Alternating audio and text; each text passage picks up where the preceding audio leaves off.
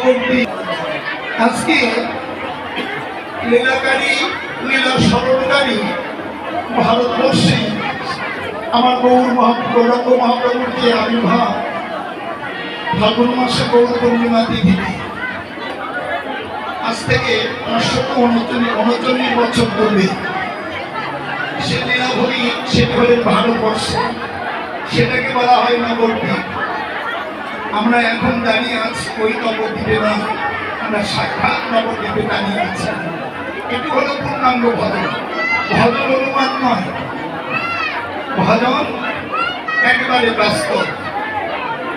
অনুমানে কোনো ভজন হয় না, প্রত্যক্ষ। আজকে আমরা বসে আছি কোথায়? এই মসনাহান সত্যজনীর মহাশ্মশান, মসনাহান মহাশ্মশান সত্যজনীর রাজ্যে আমাদের 4টি তীর্থস্থান সর্বশ্রেষ্ঠ। সত্যযুগের সর্বশ্রেষ্ঠ তীর্থস্থানই হলেন পুষ্কর তীর্থ। যতগুলো তীর্থ, সত্যযুগের তীর্থ হলেন পুষ্কর তীর্থ, ত্রেতায় হলেন নৈমিষারণ্য, তারপরে হলেন কুরুক্ষেত্র, আর কলিতে যত প্রকারের তীর্থ থাকে তার মধ্যে গঙ্গায় হলেন সর্বশ্রেষ্ঠ। তাই যত প্রকারের তীর্থ এ যুগে সর্বতীর্থের সার হলেন গঙ্গা। আর সত্যযুগের ছিল যত তীর্থ তার মধ্যে শ্রেষ্ঠ তীর্থ হলেন পুষ্কর তীর্থ, তাই হলেন নৈমিষারণ্য, তারপরে কুরুক্ষেত্র।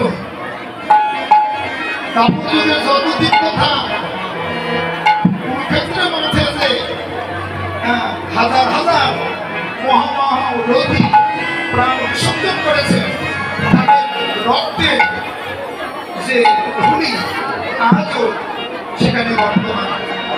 আর শ্রীকৃষ্ণ পরমেশ্বর ভগবান কৃষ্ণ স্বয়ং ভগবান তারপরে সর্বশ্রেষ্ঠ তীর্থই হলেন কুরুক্ষেত্র তীর্থ।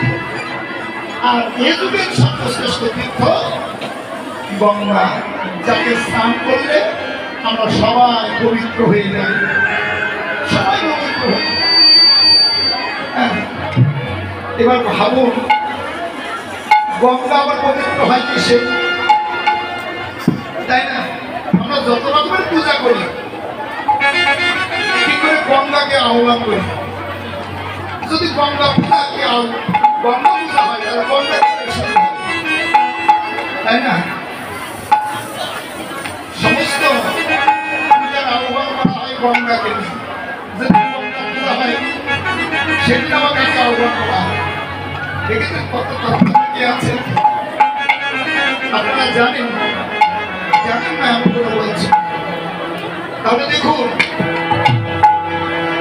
আজকে আমরা আছি নবদ্বীপ ধাম তথা সুরধনী গঙ্গার প্রতিটা পাবন গৌরধনী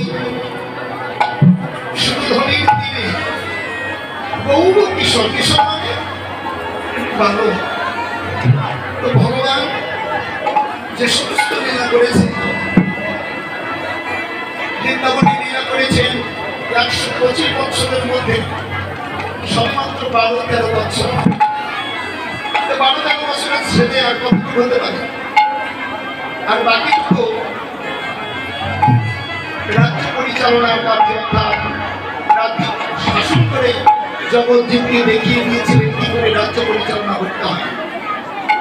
আর মহাপ্রভু সেই মন্দির লীলাকে স্মরণ করে সুরধনীর তীরে গৌর কিশোর, গৌর আমার কিশোর হলে কেন হলেন?